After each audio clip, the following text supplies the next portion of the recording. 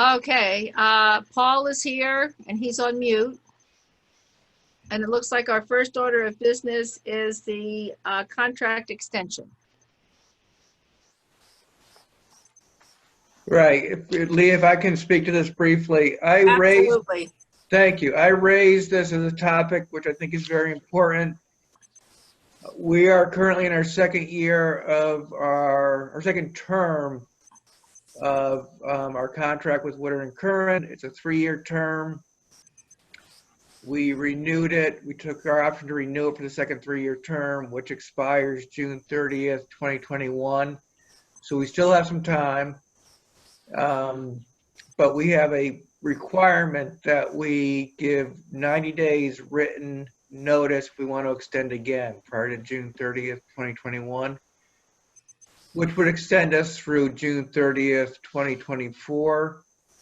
The renewal price, it's gone up each term. It started at about $850,000 a year or so. Next, if we do renew each year, is $942,519. I assume the reason for that, there was some expectation of inflation or prices going up. But in any event, I raise it. It's a very important issue. And as I've said in past calls, I think Woodard and Curran is doing an exceptional job running the plant. I have no concerns at all with what they've done. I just think since we're spending or signing up to spend close to $3 million in a contract, we should at least discuss it as a board. And Chris Senior, although the contract is with the town, buying through the Water Commission, but Chris Senior, as a town manager, is a signatory to this as well. So I think it would be prudent to have him sign off on any extension should we decide to do so. That's the only reason I'm raising it. And I'd love to hear if anyone has any comments on that. Okay, I just have one comment to make, that the current term that we're in, the price that Woodard and Curran set was constant for each of the 3 years. It did not increase. And the only increase is the next term, and that there are no further increases in their costs over the next 3 years. They're maintaining a single price. Isn't that correct, Paul? You are correct, and thanks for bringing that up. And then also, just to add to that, I know the board is well aware that we're trying to work towards unmanned operations at the water treatment plant at Lily Pond. You know, Elms Meadow was obviously approved by the state for unmanned ops, meaning it can run at all hours of the day, regardless of staffing levels, but Lily Pond is not the case. So we're still striving to achieve that. There is a very strict, criteria to make that happen. And then ultimately you still got to get DEP's approval. So we're still working towards that. We feel we're very close. And what that means price-wise is that, under the current operations, if we do get approved for unmanned, meaning the plant can be running and producing potable water, whether we have staff there or not, that would drastically reduce our overtime that we have budgeted, which is included in our fee. And when that does happen, and it doesn't matter at what time of the contract cycle that happens, we would look to negotiate amendment to our contract where we would lower our fee and, pass that savings back to the commission. So I just wanted to make that point. It's not, we don't have to wait till, for example, till the next fiscal year starts. If it happens in mid-cycle of a fiscal year and DEP approves it, we would look to amend our contract to get those savings immediately back to the commission and to the town. So I just wanted to make that clarification as well. Again, we feel we're very close.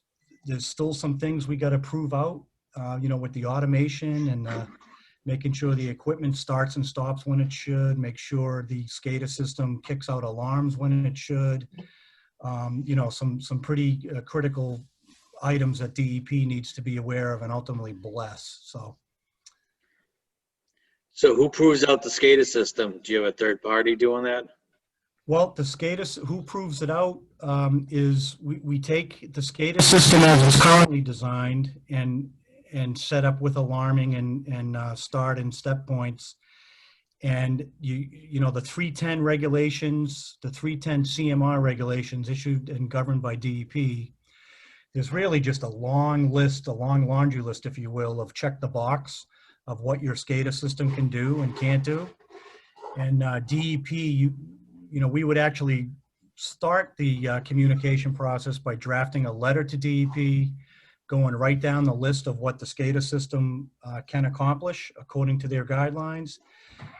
Typically, before COVID anyway, DEP would then want to come out on site and physically, in person, watch the plant do what you're saying that it can do. And then you would, you know, be at their mercy from there, however long it takes for them to say yes or no. So, you know, right now we're confident because Woodard and Curran has managed that SCADA system since 2012. I'm confident. I know Fred's confident. Joe Geary before Fred. I think we're pretty confident that we're probably 80 to 90% there. You just want to make sure that it physically can do what you think it can do.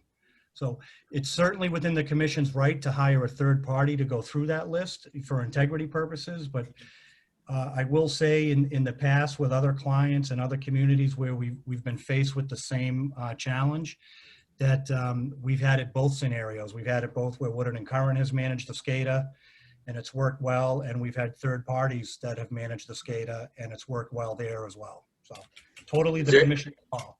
So is there a way that you can get it all ready sooner than later to get going? So when you do kind of a commission test with the DEP, oh you yeah, guys are ready to go? Yeah, I mean, to be very honest, we would probably go through that list 100 times before we even bring DEP in the loop. Because you don't want to have egg on your face when you get, when you bring DEP in. Yep. So we would prove that checklist. I might exaggerate when I say 100 times, but we would do it quite a few times before we communicate with DEP. So what do you have left for the SCADA system to make sure it's fully functional? I can't answer that at this meeting. I'm not. Maybe Fred That's can. Fine. And Carl Hillstrom certainly, but I don't have, I haven't been intimately involved or had those prudent discussions with Carl and Fred and maybe Jonathan to see where we stand on that. I will say that accidentally we've had that plant start up on its own. We've been there on site when it happened, but it started up on its own and it worked well. We caught that mistake and we're like, holy crap, the plant just started up. We didn't want it to, but things went fine. But that's only, part one of probably a 10-part process. But, and I know the commission has invested heavily in that plant as far as automation and, chemical system upgrades and pump upgrades and control upgrades. Fred, unless you can add more to that, and you probably can, I just don't know what those details are. You covered it nicely. There are some final tests we need to do, test alarms out, some verification with the SCADA group. Jonathan's on top of it. He has a list. He's pretty much gone through everything. Maybe Carl can speak to that in more detail. But as far as I'm concerned, we are going to be ready to go in the next few months. Okay, The only concern I have is with the COVID shutdowns, whether or not DEP is going to be so backlogged that they're going to be pushing us off. Exactly. Potentially. yeah. Yeah. But I think if you're ready, I think if you're up and ready to go, I think that's not a bad thing. If you're ready today and you're 3-4 months out, it's just kind of. Yeah, my comment didn't take into consideration DEP's calendar. Yeah. And again, you're at the mercy of DEP. We can do everything on our end, and DEP, to be very honest, can say, nope, we're not going to approve it unmanned. And you can ask why, and they're like, well, the water quality in Lily Pond is so complex with the organics, we're not going to allow that to happen. And they've done that. They've done that at other communities. We've had the most, Woodard and Curran in my travels and doing this for 25 years, I've seen some very complex SCADA systems that can, just, you can't ask for anything more, and the state, the respective state agency still says no. So, we'll do everything we can to make them say yes, but you're still at the mercy of Mass DEP. Now, I will add, Cohasset is in the southwest region, which is the best region to work with when it comes to these things. They're just very good to deal with when you look at the other regions within DEP, and there's 4 regions in total. The southeast region, southeast region just has all historically been the best to work with when it comes to, automation and trying to get staffing schedules reduced. And that's been my experience over the last 25 years. But, maybe COVID changes all that. Maybe COVID speeds it up and helps it, because there's many communities that, because of COVID, were faced with staffing shortages, and they're now looking to automate, and DEP recognizes that because you just don't have the manpower out in the marketplace anymore like you had before. You just don't have the same backlog or pool of qualified licensed people to pick from any longer, and DEP considers that now. So I'm very optimistic that DEP would be very willing to evaluate, looking at unmanned operations, but I just don't want to say to the commission that, even if Woodard and Curran and we do everything we're supposed to do, that it's a guarantee that, the state will say yes, because you just never know with them. So just a little bit of suggestion. I mean, I would see if you can just complete is have it ready to go and standby. I mean, it seems like, this is an ongoing project. For how long, John Lee, how long has this been going on for? Well, it started when I got on the commission. And it hasn't been completed yet, right? No, because of little problems, because we had that problem with the person who was on capital budget that stuck his foot in, and that delayed us 1.5 years. Wouldn't you say, Paul? Yeah, I mean, I've been involved since 2012. That was day one of our first contract back in July 1. And we've been working steadily since that time with the funding that's been given us for capital upgrade.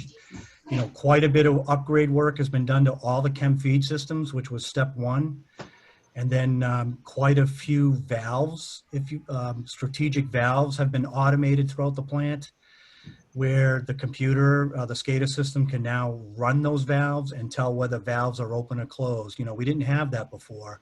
Yep. Also, the original SCADA system we had was although it was a SCADA system and supposed to be automated, it was very manually driven. So, that's been upgraded. So it's been a long road, yes. And we've been actively doing this since 2012. Yeah. So again, I would just see if you guys could kind of complete it, since it's been ongoing, and especially when you get into at least when you get to if you get to the next contract, it's done, and and then you have a sense of accomplishment going forward. So, No, I've got a I think we question. agree. That's I think we agree 100%. I mean, it is our goal to get this automated. I'm also, and Lee might remember this, if your memory's like mine, Lee, maybe not. I'm starting to lose things now, but I've always felt that if we were to automate that plant and allow us to slow everything down that's going through the plant, especially in the summer months, that we'd get better performance out of the plant, better organic removal. I think that would help us on the THM front, going out into the system.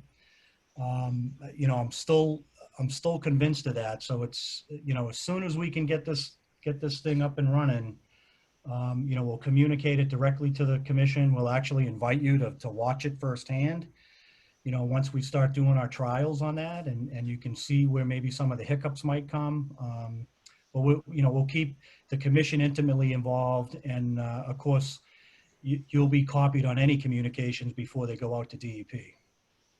Paul, would Woodard and Curran be willing to do an amendment during the second term of the contract? It simply says what you've said, essentially that Woodard and Curran's working diligently to get the unmanned operations up and running and approved by DEP. That DEP's schedule and approval is out of Woodard and Curran's hands, and Woodard and Curran can't control how long it's going to take for DEP to approve it. But once it's done and it's up and running, any cost savings would be passed on to the water department and reduced from the annual contract fee. I can put that in writing, John, if you'd like, absolutely. Okay, I think we should do an amendment, a very short amendment to the contract. Maybe you can propose a language and we can just amend it if the other commissioners agree. Well, I'm not sure if we have grounds for any amendment language. I can put it in writing that that's Woodard and Curran's promise to the town and to the water department. But I don't think that, because we haven't accomplished anything, it's really grounds to amend the scope of work and the fee. That's really where the amendment's driven from.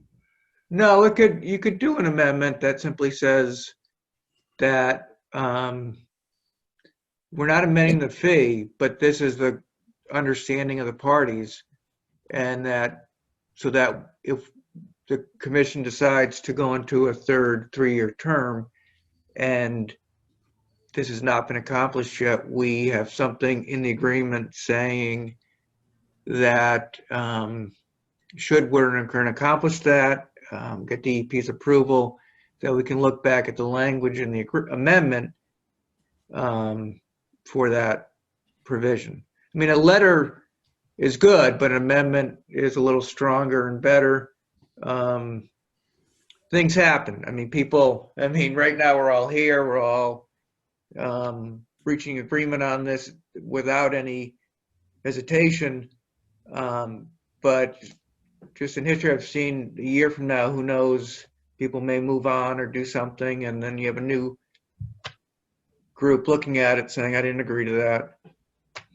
No, I understand that. I'm just saying legally, with respect to 30B and contract procurement, what we're discussing doesn't meet the language or the confines of an amendment to an O&M agreement. Maybe I'm not aware of, I don't know entirely what I should know around that, but I think putting it in a letter on Woodard and Curran letterhead with my signature, basically saying, if we're able to accomplish that, we will, discuss the scope of work change, what that means to our scope of work with respect to labor savings or staffing changes, and what that would mean for a new fee negotiation. I guess that's my concern. I can't, in my opinion, I can't really draft a letter called an amendment number 1, if you will, on something we haven't accomplished yet. I can draft a letter saying that. It's done all the time. I mean, okay. So, I mean, you put some agreements always have something in them or can. I mean, it's legally done all the time where someone says it should such and such an event occur. The parties will, in good faith, negotiate a reduction in the price. The other commissioners may think a letter's fine, as may Chris, and if that's all we can get, maybe that's all we get. But there's no reason legally that we would not do an amendment. I'm fine either way. It's basically the same language I'm putting in either document. Again, I just think legally calling an amendment doesn't meet the definition of that. But either way, in my opinion, it's the same language I'm putting on a piece of paper. One other note that I know we discussed at a previous meeting is the board's consideration potentially of increasing labor costs and what that would do to the final 3 years of the contract too. And I don't know if you want to entertain that or not. But I know there was discussions about that at a previous meeting as well. Well, yeah, and that could be like an alternative, right? You have these cost savings with reduced overtime. And as an example, in those summer months when we're at that plant 14 to 17 hours a day, and now you're down to 8, you take all those savings with overtime and you just redirect it towards staff salaries, right? You do market adjustments for the distribution guys, the treatment guys, the front office staff, which is Brenda. You do that. Certainly, we've done that at other projects as well, where we've been able, just instead of physically changing our fee, we just redirect that money towards salaries, and we show proof of that to the commission or to a select board, or that's how we've done that previously as well. But that is a good point. The market, the salaries for licensed operators and just quality professionals in this industry is far outpacing any inflation indexes out there. And the only reason why I say that is I'd hate to see you guys budget for a decrease this year, say they can do a decrease in hours, and then in 3 years we have a huge increase because we get hit with a salary increase that gets us plus the 3-year kick. So in Right. 3 years you get a 3-year kicker on increase in cost anyways, plus a kicker on a salary adjustment. It just could be a big jump in 3 years if we get a lower now based on a reduction in labor hours. No, absolutely. And that's a good point, Jason. Thanks for bringing that up. And I agree with that. I mean, Steve's made the point in the past that, employee retention is critical, especially with the highly qualified people we have at the plant who we depend on every day, who are essential workers keeping our plant running. Is of high importance. So I fully appreciate that. Yep, I agree. I guess the question, Paul, would be, could you do some calculations now, assuming you get approved by DEP, and at least we could have a discussion at a future meeting, assuming everything goes perfectly with DEP, and whenever it does happen, what your reduced labor hours would be, and then what your new potential want for salaries would be, and what the balance would be in the money. You know what I'm saying? Yeah, Fred and I can certainly work on that and start taking a look at those numbers. Absolutely. You're always going to have overtime, right? Of course. Except, for emergencies and what have you. But, It happens. Certainly if you go to unmanned ops, you're not looking at 17% overtime in the summer months versus, a typical standard is 5%, 5 to 7% on direct labor or direct salaries. So, but Fred, Fred and I need some time to just take a hard look at that, and but we can do that. I'm going to go back. I'll be repeating myself again, but I would really, really make a priority to finish that SCADA system ASAP. Make sure it's ready to go. Yeah, Because you know what, you can amend, you can assume, but if it's not really functional to 100%, it doesn't really mean much when an unmanned operation if you don't have a functional SCADA system. So, my opinion, Lee, John can agree or disagree. I'd really make that priority to get that finished. Like, I wouldn't say ASAP, but get it finished pretty quickly so it's ready to go. So at least going forward, you can say if we can go to unmanned operations, XYZ can happen. Right. But if you don't have it in place and you got 80% functioning, the reduced salary doesn't mean anything to anybody because you can't do it. Right. So I would make a priority to get that SCADA system done ASAP. Well, I know it's on Fred's list to do, what we would call a gap analysis. So what are the gaps from where we are now versus where we want to be? So I know Fred's already working hard on that and with the staff there. So yeah, that's definitely on our agenda. Okay. Yeah, I'm maybe a good holiday Christmas gift. Who knows? Yeah, I agree with Steve on that. That's a high priority. And we have time to discuss this further. I raised it early, well before the contract period ends, and maybe it's too early to raise it, but I think it's good to put it on the table. I agree. Yeah, well, thank you, John, for raising it. And we have brought up a lot of good discussion points here. And maybe even the next meeting or the meeting after, we might be more in line to put everything together as we see how our SCADA process is progressing.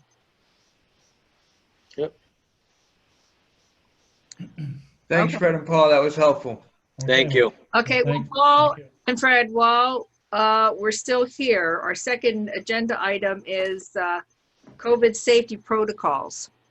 I was wondering whether or not you know of anything that we could possibly be doing here that are going on in other plants that we're not doing yet, because there is some financing available through the grant that we've gotten from Norfolk County that we have until the end of December to spend any monies. Isn't that correct, Jason? So if there's, something that you could possibly see going down the road. Well, Lee, this is Fred. Yeah, I did get with staff right away, and we kind of went through, and I spoke with Brenda earlier today as well, regarding anything out of the ordinary. Anything out of the ordinary that had changed as far as routine versus non-routine, the cleanings, the equipment, chemicals, and so forth. And I believe she's generated a small list of items. There's not one specific project I can speak to that I work at that gave me any ideas for Cohasset Water. It was really more internal to your operations and what was different and what did we have to do different? How did we behave differently? Where did we spend our money? I know there was one item that came up related to the front door. I had said something to Jason regarding the locking mechanism that needed to be changed. There was a code violation that we were considering, throwing that into that pile of stuff, but Brenda can speak specifically to other cleaning products and equipment above and beyond the normal operation as it relates to COVID. Well, I wasn't just thinking about cleaning products, I'm just thinking that, of something that might be in the back of some government official's mind to say, oh, this is what we should be doing in water that we haven't done to minimize any type of infection spread. Yeah, nothing's coming. I don't have anything as of today, Lee. Maybe Paul Rue, broader perspective. At this point, I was looking specifically at the job and those tasks and our operation. So there's not one that jumps to mind. I mean, one of the biggest expenses a lot of municipalities or water departments or sewer departments have faced with respect to COVID has been, normally maybe you'd have two people in a vehicle, whether it's responding to an alarm or a work order or just going about their daily day. And now, you discourage that. You want to do the social distancing. If personnel can drive individual vehicles to a site, whether you got two people going to like a main break or four people going, it's encouraged that four different vehicles go. So one of the biggest expenses that I'm aware of is, water and sewer departments purchasing more rolling stock. I don't see that as the case in Cohasset. Yeah, no, because we have our own individual vehicles. Yeah, you have a few vehicles, right? So you don't have that expense. We have a radio dispatch system where we can communicate. So, those were really the two biggest expenses that water and sewer departments invested in coming out of the gate. And then also, if they had a weak IT department, if you will, lack of laptops, lack of tablets where you could communicate on meetings like we are with Zoom or Teams or some type of video conferencing. Cohasset is set up with that as well. And so was Woodard and Curran, with our tablets and the way we outfit our projects with, remote phones and tablets. So, those are really the larger expense items that I've come across that doesn't affect us in Cohasset because you already have that in place. Yeah, I would appreciate if you could still be on the lookout in the next Yep. month, because after that, we probably wouldn't have too much lead time to get anything done. But if something does jump out, if you could just let us know, and if we could do something proactive. for the community or whatever. Sure. You know, even the entrance to our building, is there anything that we can change in any way? I don't know. But if anybody else has any comments?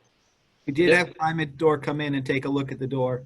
We're waiting for some Mhm. quotes and ideas of what the best solution is for that. Yeah, and another thing I just thought of, is there any type of air purifying system we should have in the plant? Like an ion system or something? I don't know. I know a lot of places have the fogging machine they've been buying. It's pretty expensive, but that's Yeah. that's where it's something worth buying. They come in and fog us once a week, I think. Every Brenda, is that Tuesday, correct?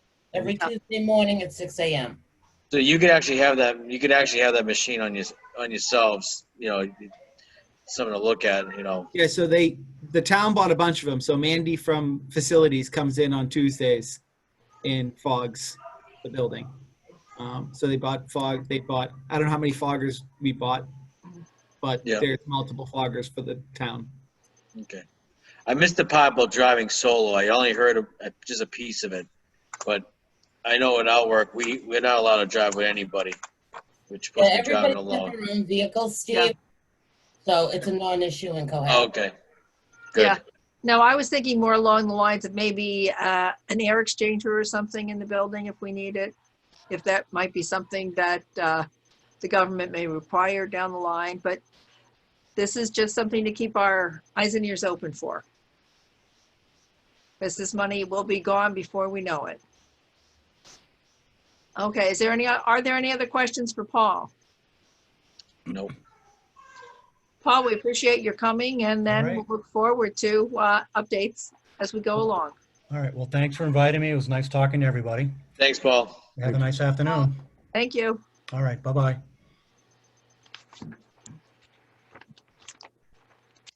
Okay, now Dawn, we're here with financials. Hey, everybody. Oh, you have my packet I sent last week. Yeah, Assume you do. Within first 2 months, we're in good shape. We're at 18.8% of our total budget collected.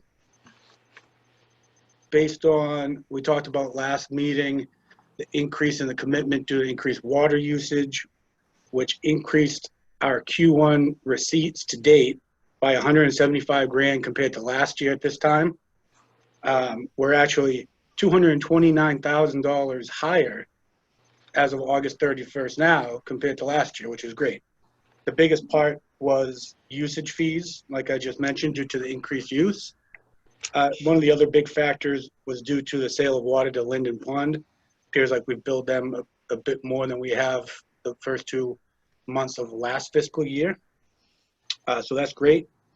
Expenditures, and I always have to point this out. So when you look at the total spent to date, it's 37.5% of the budget.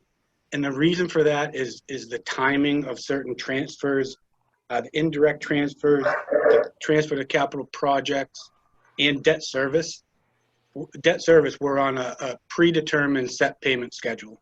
So those usually occur July, August up front, and then we have a couple more 6 months later. So that's why overall it's 37.5, nothing to be alarmed about. General expenses, which is most of your operating, we're at 11.5%. So I'd say year to date, we're in great shape. okay, I'll take any questions if you have. I have one more question Sure. regarding capital. So I'll take questions now and I can ask my question. I just have a question about the indirect cost. It seems as though we've paid that already. Yeah, I did it as a July 1 transfer as I was doing all the other town transfers. Typically, I thought we did that in January. I don't remember it ever being this early in the year. We honestly, we did it whenever I got a chance to do it. There's no specific timeline. I just got it out of the way now. There's no pro or con to that. Well, what if something changed during the year? With, Like what? I don't know, maybe employee differences or something or whatever. Anything mean- can happen. I'm If just it was saying. material and it was something to bring up, we could discuss it. But that indirect cost was set, budgeted, and approved. That is the amount. So if something came up that materially changed that, we could discuss an option. But that was part of the overall budget process, approval, and it really doesn't matter when that gets transferred. No, I mean, I was just surprised because I've never seen it done in the years I've been on the commission, being done first day of the new fiscal year. But one other thing that I have a question about is this is the only bill that we're paying that none of us ever signed. It's a transfer. Transfer, okay? So we never have to sign it, just disappeared. No, just like your transfer to capital projects to fund the projects, it's a budgeted transfer. Okay. Now, you had a question? Yeah, I was just curious, just planning purposes. We approved 3 projects at town meeting, GAC filtration, engineering, Elm Street corridor, or Elm Street piping, and what was the last one? Residuals at Lily Pond. I was just curious the timing of that, or when we expect to start work on any of these. We have the funding on hand. Well, we have the funding for all of them because we approved borrowing for 2 of them. The I'm status, just trying to figure out, because technically we could do an internal borrowing, which is just a form we send to DOR saying that we're starting a project soon that we'll borrow for any project cost before the end of the fiscal year. So I was just trying to be proactive with, if we knew any project costs were coming up soon, we could get this paperwork kind of set. so the update is the GAC filtration engineering has started already. Great. There's probably PO in for that, Brenda, for that, I assume. Yes. The sludge lagoons, we're still waiting for final numbers from the USGS study. So that's probably not going to happen in the near future. At the earliest, that'll be in the spring. Okay. And you have to understand, excuse me, we've been waiting for that for, how long has it been, Carl, that we've been waiting for that? A Okay. year and a half since that study was finished. How long? A year and a half. The testing was completed a year and a half ago. Wow. Okay. And the last Elm Street, the earliest any we'll do anything on that is next spring. Okay, great. Nothing for me to worry about or set in motion at this point. We're good. No, well, we do have that problem with Elm Street. Now, I thought that we were going to be voting on what happens at Elm Street at the special town meeting, but we're not having a special town meeting now. That is what it sounds like. I don't know if that's been finalized or not, but that is what the recommendation to the Board of Selectmen has been. Would be no special town meeting.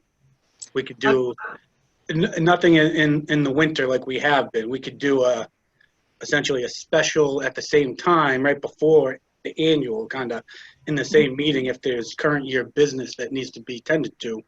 But yeah, at this point, it does not seem like we're going to have anything come this December.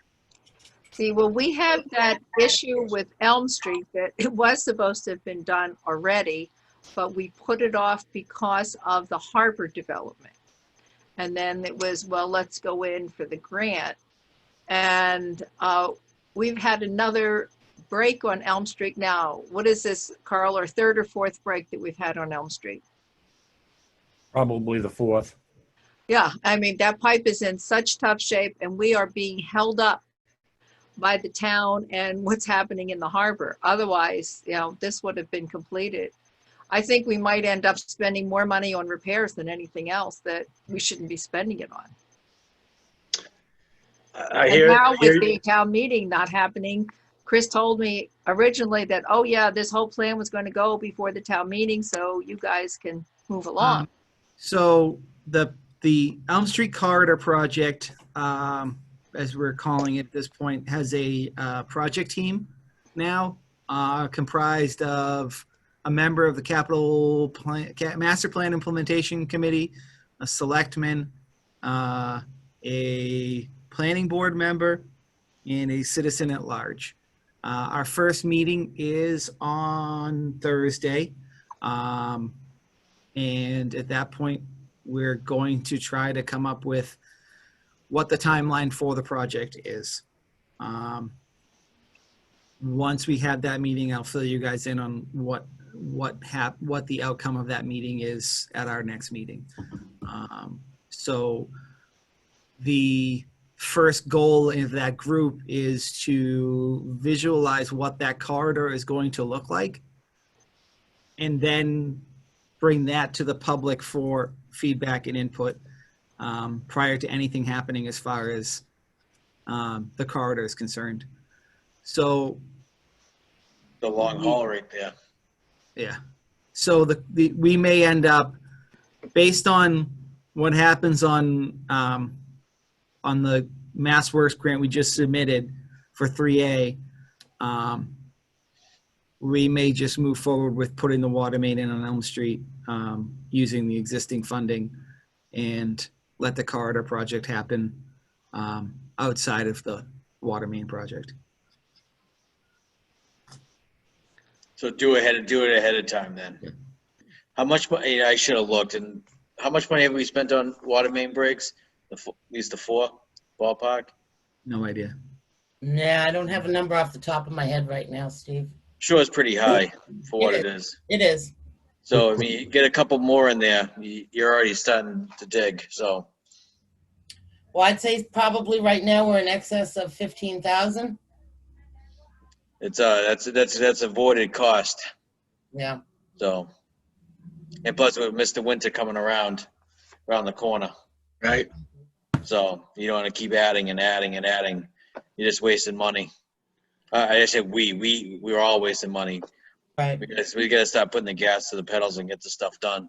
Okay, but one other question here is about the 3A project. If the grant doesn't come through, is Mr. Stasko going to go through with it? At that point, the water main doesn't happen no matter what. The only part that would be an issue for you guys is the water main would not get replaced. What Mr. Stasko decides to do, he has, according to him, multiple options. And that'll be up to him to determine what he decides to do. But we are kicking off, he is starting his design of the sewer main from his project to the pump station, as well as all the survey required, which then we will piggyback on to do the sidewalk and water main portion of the work. That'll then go all to bid as a group if we get the grant funding. Does he have to pay for the sewer upgrade? If we get the grant, he will only have to pay for the engineering design work to get us to biddable documents. Okay. And If you don't get the grant, who pays for what? Sorry, Lee. That's above my pay grade. Okay. No one, as of right now, he will be paying for the sewer pipe to his property. Okay. That was what the sewer commission had put forth as their opinion. Okay. Okay, so if we don't get the grant, we don't do that water line. And what about the other water line from Beechwood to the Situate line that the state said they're going to be doing the work on 3A? Is that coming? So we got a request in from the surveyor last week about all our as-built for that portion of the street. I provided them all to them, as well as we will go out and mark out prior to them going out and survey. They said they'll be out surveying in the near future. So that is ongoing. Yeah, so, but is there any grant money available for us to do that project, or are we paying for most of the project? For the water main itself, we could do, that could become a question of bundling that into an SRF application, potentially, with other water mains in town. And depending upon what happens in the, at the federal level, coming out of COVID. There may be monies available in the SRF program for projects to be either 0% interest or debt forgiveness. In that is how they've done it in the past.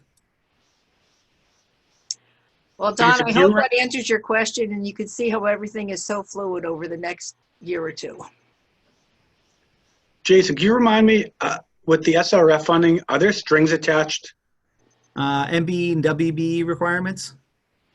Okay, but Yes. for the 0% or the debt forgiveness, there's no other real stipulations that we have to deal with?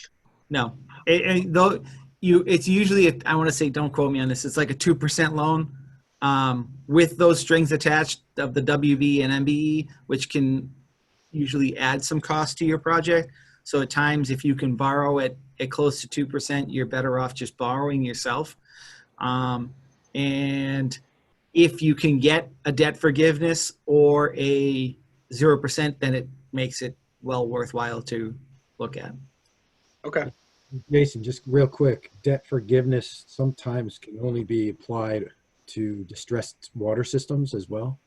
Or there may be certain stipulations like that. But I'm saying, Fred, if we're into like COVID recovery money, there might be Right. less strings attached for some of those things, is how they have done it in the past. I'm not promising anything. It's going to be a question of Right.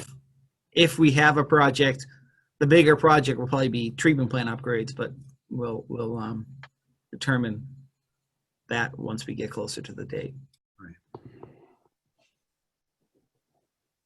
All right, great.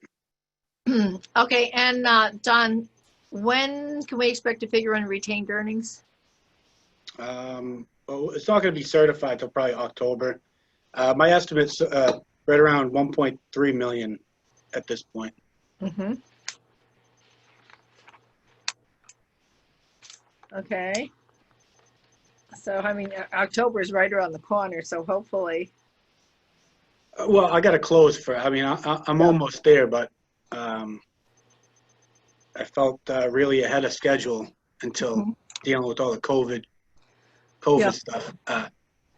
I'm managing this town grant, so as you can imagine, I'm dealing with every single department trying to figure out what we're spending, where we're spending, why. So it's been a bit of a headache. So I'm hoping to be closed in the next couple weeks, and then there's reporting that needs to be done. So, sounds good. Well, that's very optimistic, and I appreciate all the work you've done. sure. Thank you. Any other questions for Don? Nope. Okay, All right. thank you, Don. Thank you. Thank you, Have a good Don. afternoon. Take care. Thank you. Okay, Carl, have we gotten the PFAS test back? Yes, we did. We received them late Friday afternoon. Mm-hmm. The numbers were slightly higher than the original testing. However, DEP has revised our results and actually, in our favor, lowered them so that we will be able to put Elms Meadow back online. So I confirmed this with them today to make sure. We will do a bacteria test tomorrow, and we'll put Elms Meadow back online Thursday. All right, well, what's the number that they gave us? The average for Elms Meadow, 18.5. Okay, so, but this puts us into quarterly testing, correct? Yes. And they will pay for the October round of sampling, testing. Okay, well, if they pay for October, volunteered. then the next one would be January? Yes.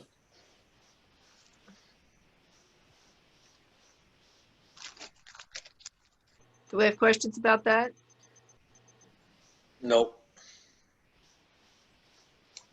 No questions. Okay, and Peppermint Brook, that has no water in it yet for any testing, correct? Correct. So as soon as that, we get some substantial rain, we can start testing that. Yeah, so on that point too, Lee, and I'll skip to that one, the expanded TOC testing. We are going to go out once Brendan's workload subsides a little bit. He's going to go out with me with the weed whackers, and we're going to try and reclaim those sites in the woods that are the historic sites. He knows where they are. He used to do them. So I'm going to take advantage of some manual labor from him as well as mine to get in there and do it. So yeah, so once we get some flow and some slowdown in Brendan's workload, we're gonna get out there and reclaim those sites. So we can do it and maintain them in the future too, and not be fully overgrown situations. Okay, and have we heard anything from Concom about what they're doing about all of those vehicles parked right there on the wetlands of Peppermint Brook? They've Nothing known more about than it for a last year, communication. and I've contacted them about it, and they say, oh yeah, we know about it, but I'm just concerned. You know, we shouldn't be having that right there. Since the I'll brook reach out to is, Jeff again and see what we can do about getting that stuff moved out of the wetlands. yeah, because I think it's critical, but whatever. Okay, water restrictions. Can I just back up? And I was just wondering, Sure. what has Concom said other than they know about it? Have they planned to do anything? They said they know it's going to be there for at least another year. And I'm saying, but that's our water supply. And they said, yeah. And they shrugged their shoulders. Who's this on Concom? Who's? Is Well, it the Jeff board? Summers goes out and he knows about it. And I talked to the last chairman. I don't know what the current chairman has to say. Well, let's see. I talked to the current chairman. The current chairman says it's not really our responsibility to monitor your wetlands. That's your job. So I don't know where we are. Yeah, I'm just wondering, under the Concom bylaws, they can restrict, building within certain parameters up to 100 feet from a wetland resource, but I don't know if there's already a parking asphalt there and places. There's no, it's not asphalt. They're on the grass on the wetlands. If you go along 3A, you'll see the vehicles in the marsh. Okay, You're not talking asphalted area. And it Okay. hadn't been asphalted, and let's see, I think they asphalted it midsummer, but it's been ongoing for a while. And then okay. I was also told that they have no purview over any of the dumping on the well field. That's our responsibility totally. Why's that? Technically, even by law, because that's a zone A of the water supply, the enforcement can fall on the water department if so choose. As it is, I want to say we looked it up in the regulations at one point, and because it's a zone A, enforcement of land use within the zone A is within the water department's jurisdiction. But what authority do we have? We don't have any finding authority or policing authority that I know of. That's the catch-22. Yeah, Right. well, I mean, this is just it. The finding authority is under Concom. And remember when we had that truck that was right there next to the sign, and they were not on the asphalt, they were on the grass in the wetlands. What did the police say? Oh, you didn't have a no parking sign. So we put up the no parking sign, and that was it. The bigger issue with that site, to be honest, is the fact that it was before my time, so I can say this. It should have never made it through. Potentially, I had to look back at the approvals because it was a change in use within the Zone A. Even though you can have a historic use that's allowed, but you can't expand that use. And Excuse me, which what site are I've you been talking told about? that building is a significant expansion of what was there originally. Wait, are you talking about 3A or the well field? 3A, the Okay. one you brought up, the vehicles in the wetlands. So expanded use within the Zone A is a no-no. And it didn't get caught during the review process. And so I've reached out to the planning group. They all weren't, other than Jen, weren't here during that process. So we're trying to get some systems in place so this doesn't happen in the future. Because I don't remember anything coming to the water department when that expansion was going through. Did you hear anything, Brenda? Not to my knowledge, no. No, they never came to us, so we had no knowledge of anything happening, which seems unusual, but Yeah, so that's the goal, is I'm going to try and get some handle on making sure the process goes through the correct way in the future. And we get notified of projects that are within the Zone A specifically, not necessarily because the map shows the Aquifer Protection District, which is like half of the town of Cohasset. mhm. You got to get to the real meat and potatoes, which is that area that's within whatever it is, 150 feet or 200 feet of the stream itself, and make sure that nothing happens within that area. Yeah, well, they are within that, and to have a three-bay repair garage right on top of that area, which is a highly polluting activity, is concerning.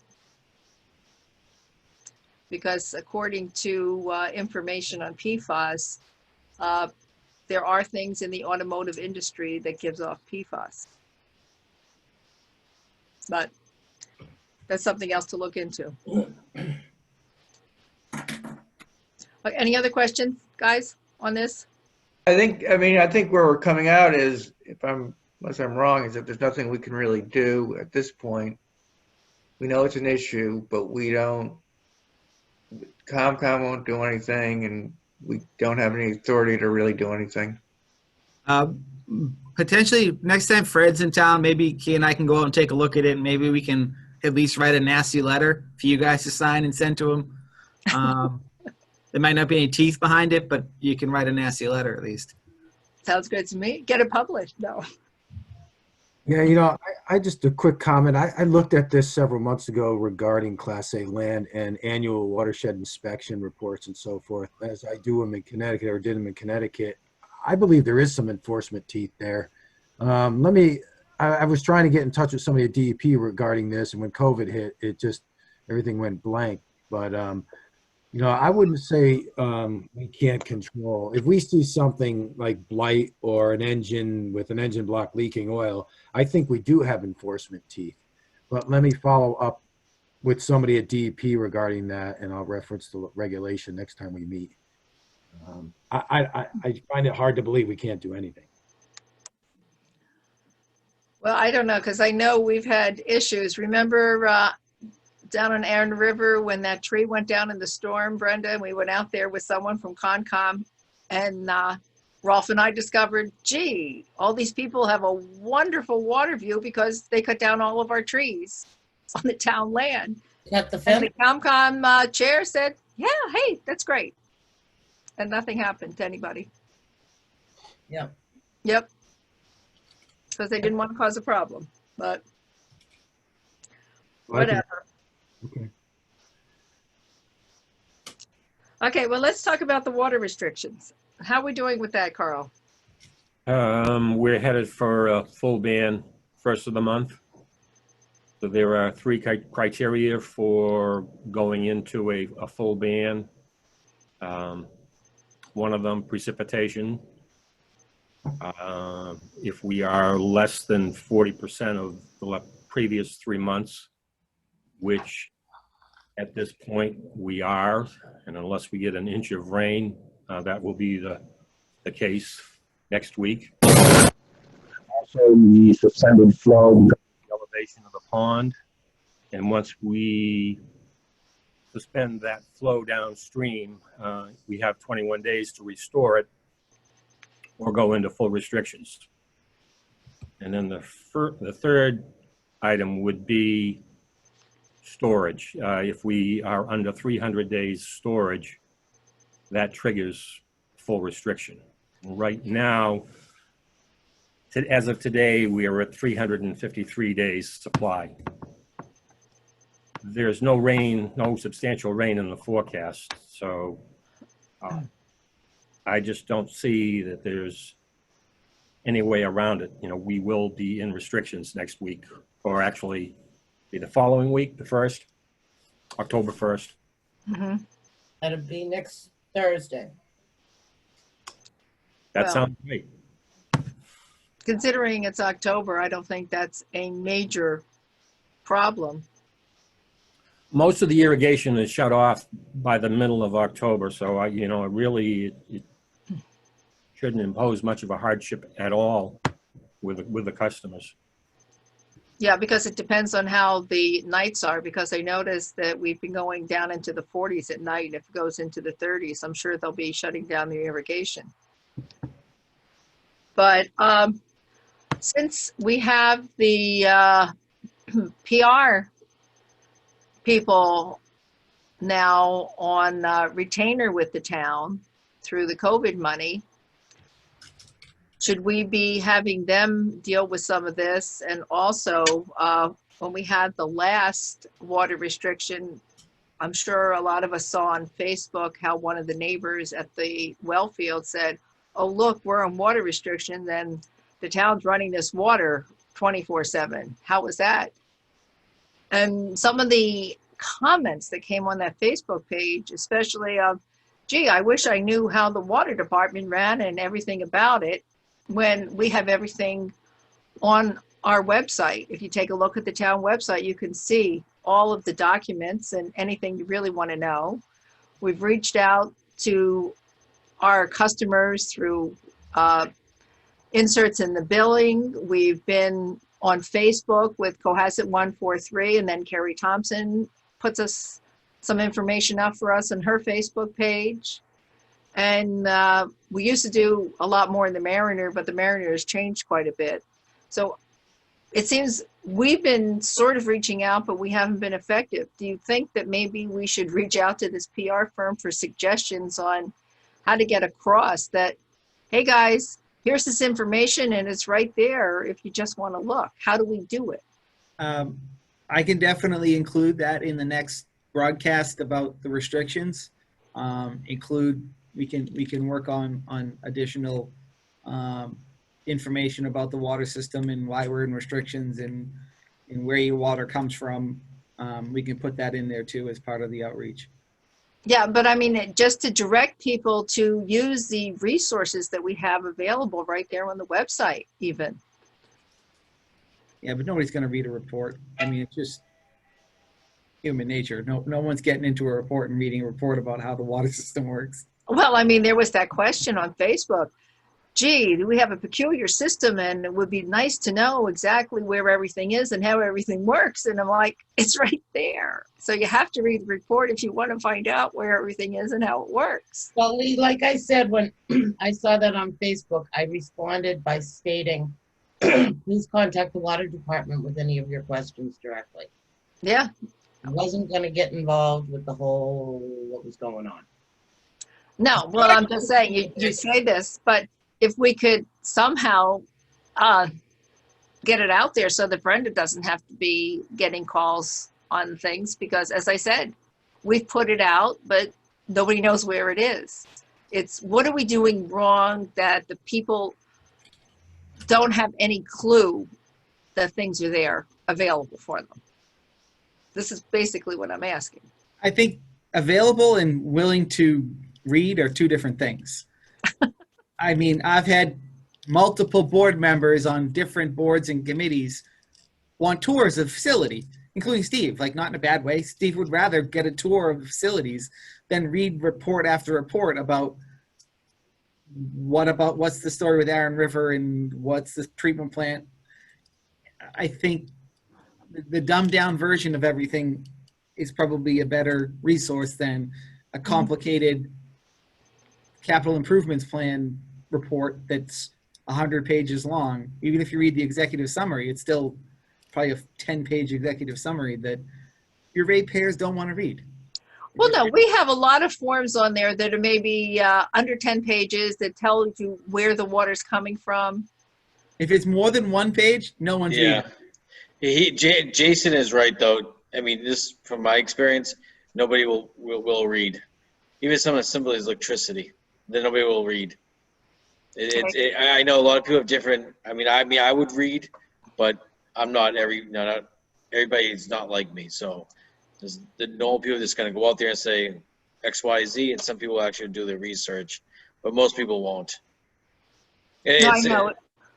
It is frustrating. I even had a member of my garden club say to me, wow, this was really great. I went to this presentation and blah, blah, blah, blah, blah. And I said, gee, did you see that nice shiny flyer we put in with your bill? No, I never saw it. I said, that's exactly what you just told me, that you went to a presentation about. Well, that's the same thing. When you with flyers, people don't read it. Open the bill and just pay it. Yeah, they throw it out. Well, if there's something, you just kind of fly by with the PR people and see if there's, something that we could possibly do to catch their eye, or say, hey, look here. The best thing is when you do colors. Pond, treatment plan in your house, and you say, this is where we are, and everybody's all excited. But, I mean, if you go simple, it's the best solution. Something simple. Okay. We talked about the 3A sewer extension already. Anything else on the GAC piloting? It's underway. The results so far from the in-house testing that they're doing here is showing very good removal of organics. They're waiting for their lab testing results to come back. They haven't received them yet from their lab. But all in all, it is performing well. Good. I noticed the improvement in the water taste. Unless you're drinking the water that's going down the drain, you didn't taste the water from here. That's a good point. I wonder what it does taste like. I could take your cup and see what it tastes like. Okay. We've gone over the TOC testing facility study. We're still in the data collection. We're trying to schedule a meeting in the next week to catch up and recap where we're at and where the data gaps lie. And then also figure out when we can do the in-person cataloging of equipment inside the building, given COVID and whatnot. Okay. Any questions? No questions. Okay. AWIA study. I have written up the RFP and sent it out to a couple of vendors to get pricing per request at the last meeting. We should definitely have any proposals to review at the next commission meeting. Okay. The ERP update. Same task. Okay. Okay, meeting notes, if that's where we are. I've got some I'd like to make a motion for approval. Second. Okay, let me just go through the dates. So I move that we approve the minutes for July 28th, 2020, the minutes for August 18th, 2020, and the minutes for August 7th, 2020. Second. All in favor? Aye. Okay, Brenda, what's the best way for me to get these to you? I'll sign them. Sign them and then just throw them in the mailbox out front, John. Okay, thank you. Yep. Did you get the ones I mailed you? Yes. Okay. Okay. We don't have any abatements, correct? Correct. Any commission comments? Just real quickly, I would just, for the next meeting, whenever that's going to be, let's keep the Woodard and current contract extension going. Okay. I would say keep that flowing. Okay, that's a good point. I Yep. agree. To see if we can get some questions answered. Because I really want to see get that SCADA system done. It's been a long time. We should get a drop dead date going at some point. Let them finish it up. So, during the contract renewals and et cetera, at least it's done and they have to go through the process of the DEP. I think 8 years now. 8 years is too long, so I think really, I mean, I know Fred's there, Carl. I think just get it done, get it over with, make it a somewhat in-house priority, get it done. Will do. But Yeah, part well- of the issue, Steve, just for history's sake, was it took a while, I think, for us. We tried to do it, and there were others in town who got involved who wanted to, that ended up delaying things. Right, Lee? Yeah, that's it. We had a year and a half delay because of change orders plus extra costs. Right. Yeah. So, And then there was also the little tiny problem of money because we Yeah. were doing it sort of as we had the funds, we were doing it. Then all of a sudden it was, oh no, you guys have to go out and do this whole ball of wax. And that's what I we were think in trouble. I look at it as a nice checkbox for Woodard and Carr and say, hey, we accomplished this. I agree, but the only thing I point out is there's history. Lee and I, and before I've been on the commission, Lee's been pushing it. We've been pushing it, but there's been things somewhat outside our control.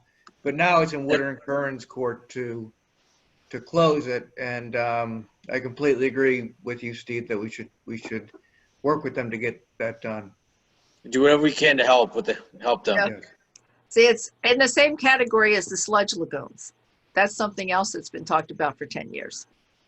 Yep. And like I said, I think it's a good thing for Woodard and Carr, and especially going to the next round. And just a nice checkbox, and everybody's happy. Yeah. We'll get it to a point where it's in DEP's review. That'd be great for it. It's like I said, it's a win-win for everybody. Okay. Yeah. We can say, wow, we finally did something. Okay, the next question is, do we want to schedule a meeting now, or is school starting tomorrow, John? School's starting tomorrow, and there were things to do, so today was very busy, as Steve may say, just trying to figure out Zoom and everything. I've got my 4 kids, and they had to, I'll get back into things like Google Classroom and Zoom, and but officially tomorrow's the start date. John, short is your- answer is, John, is your kids Group A or Group B? we are all Group B, So you Wednesday, Thursday. Thursday, Friday at the middle and high school. So I'm Monday, Tuesday. Okay. So Wednesday is technically a free day. Yeah, it's been changing, as Steve knows, and Yep. it's now by last name. So with Steinmetz, we're Group B.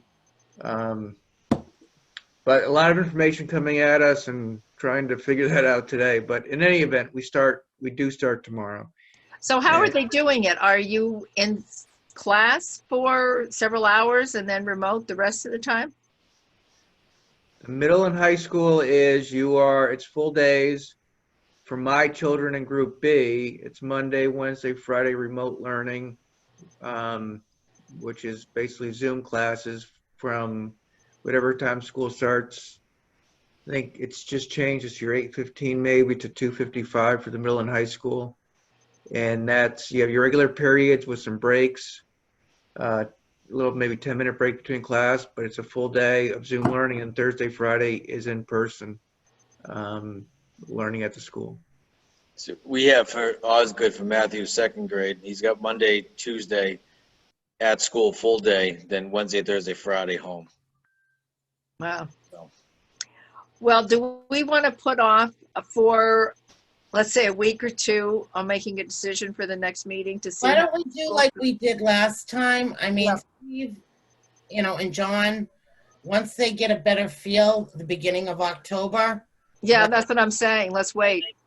That'd be helpful because I still don't know the sports schedules completely yet.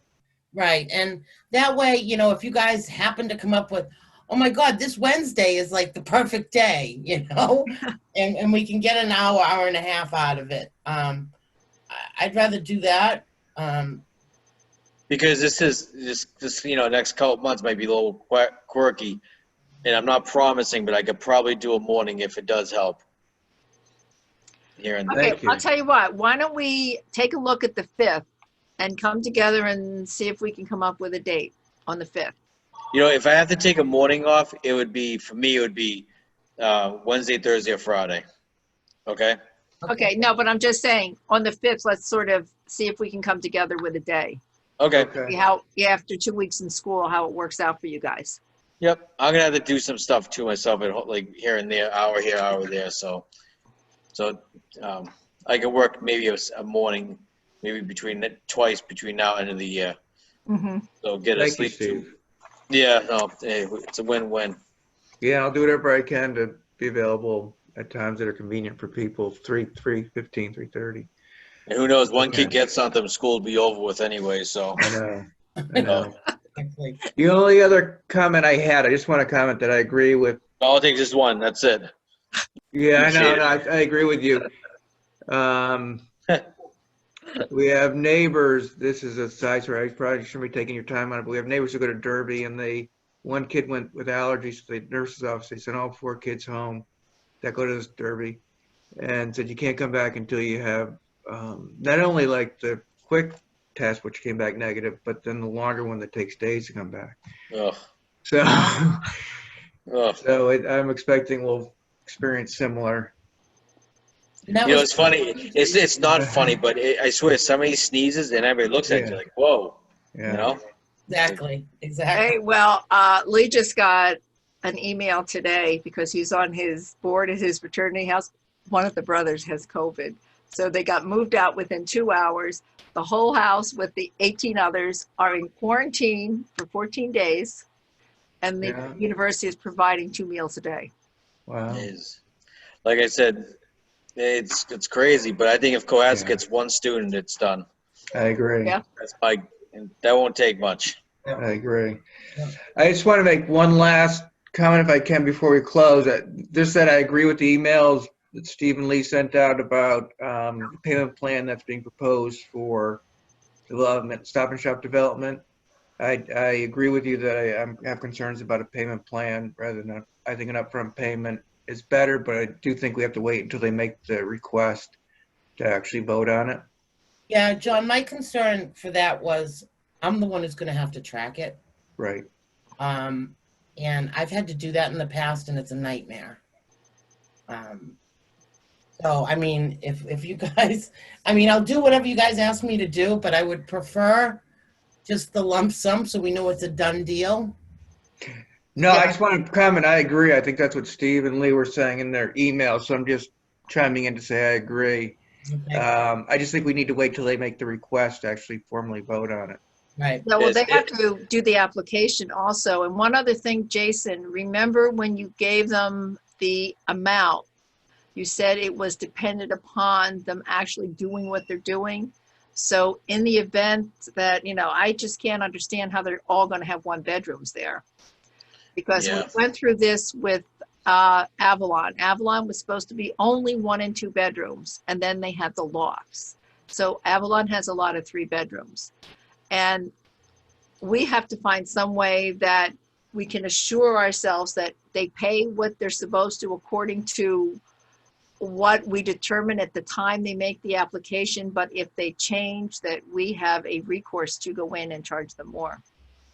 Yeah, and that's where getting an agreement on the fee and how it's calculated will allow you to go back and modify that by having that. That's the nice part about having it be a mathematical calculation and not we just chose to make it $100,000. If you have a calculation that's based on a flow on Title V, you can go back and say, well, based on your final build out, it's X, and therefore your actual connection fee is Y. And we put that in, and we'll put that in whenever we do give them a final approval, that we withhold the right to modify that fee based on final construction. Yeah, it's easier to give a refund than chase it because I've chased money and it's not fun. And the other one you can do is in it put in a note that says that they agree to these fees, and if at any point the fees are not paid, we'll put a lien on the property, and that way you can always recoup it as a back taxes issue because they're not going to want to lose the property for back taxes to the town. Well, And if you put it in the agreement that they agree to the fee calculation, then they can't then go to appellate tax court and claim that they think the fee was unreasonable if they agree to the fee in the document you give them. Well, hopefully, maybe by next meeting, we'll have some information from them. Yeah. Absolutely, I positively. believe that. Like I said, it's easier to refund money than go after it. Oh, yeah. So, you don't want to have to go after it. So, all right. Okay, if there's nothing else, I make a motion to adjourn. I'll Second.